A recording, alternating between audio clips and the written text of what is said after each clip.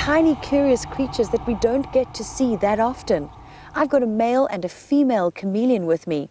They're Cape Dwarf chameleons, so stay tuned. There's lots to discover about them. She's traveling through the wild. She's searching for the truth. A true ninja's child. She's gonna find the proof. Picking up the trail. She's gonna find the answers. She's gonna tell the tale. She's gonna tell the tale. Keep it wild. Keep it free. This could be our last chance to see. Got him! Got him! Haha! What makes the rejuvenation of this biome so incredibly real to us is this little frog species. He's listed as vulnerable. Whoops! There he goes. I got him back.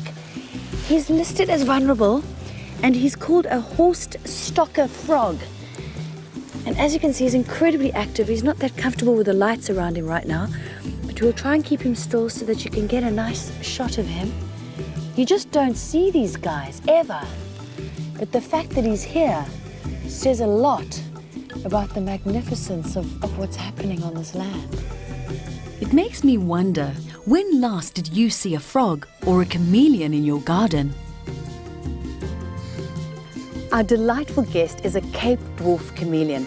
And have a look at that beautiful long prehensile tail. It's longer than his body. But what I find most interesting are his eyes. They can rotate nearly up to 360 degrees, and they do that independently of each other, which is quite incredible if you consider our very limited human vision. Oh my, what big eyes you've got, even when you're a tiny baby chameleon. Most chameleon species lay eggs, but the dwarf species give birth to live young, and they can have between 6 to 15 babies in one litter. Now this little chap is part of a nursery. Where he is on this bush, you'll probably find there are a couple more babies, all in a safe place, waiting to get just a little bit bigger before they venture out of their territories and into the big wide world of the bush that they grow up to inhabit.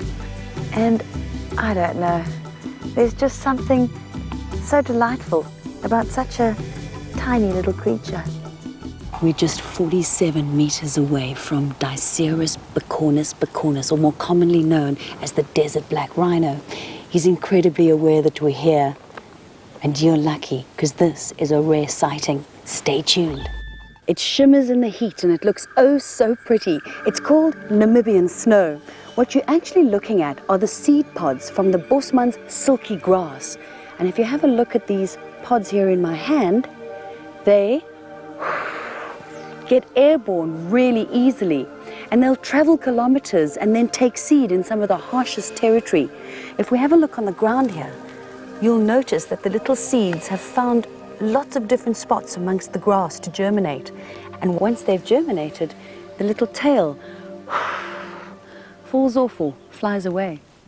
The sand hunters called it the land God made in anger. The Portuguese mariners dubbed it the sands of hell. Stay with us as we find the life in this barren land, both the big and the small of it. Got him! Haha! The Tenebrionidae beetle family consists of 551 different members in southern Africa.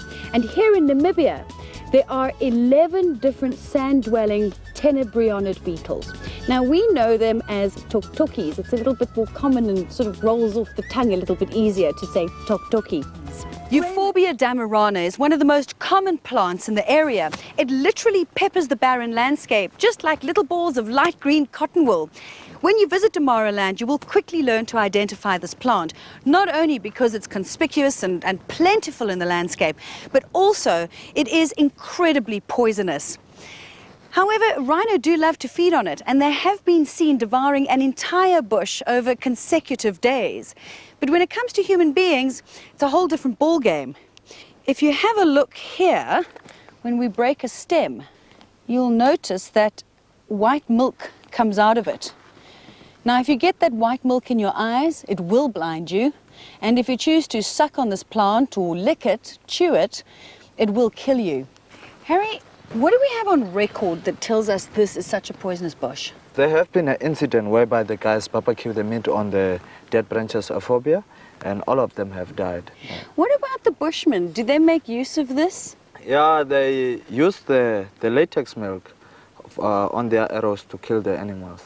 But after killing it, they cut away that spot. And I suppose we don't know why it is that rhino are able to eat such a poisonous plant. Well, because they have right enzymes for the digestive system. That's why they eat it and they excrete it through the urine. This is incredibly tough going, but we know that we're getting closer because this is the perfect shady spot that the rhino's been lying in. Look all around me here. You can see this is where his full body weight has been. And there's a very, very strong smell of urine. So we're getting closer. Stay tuned to find out more.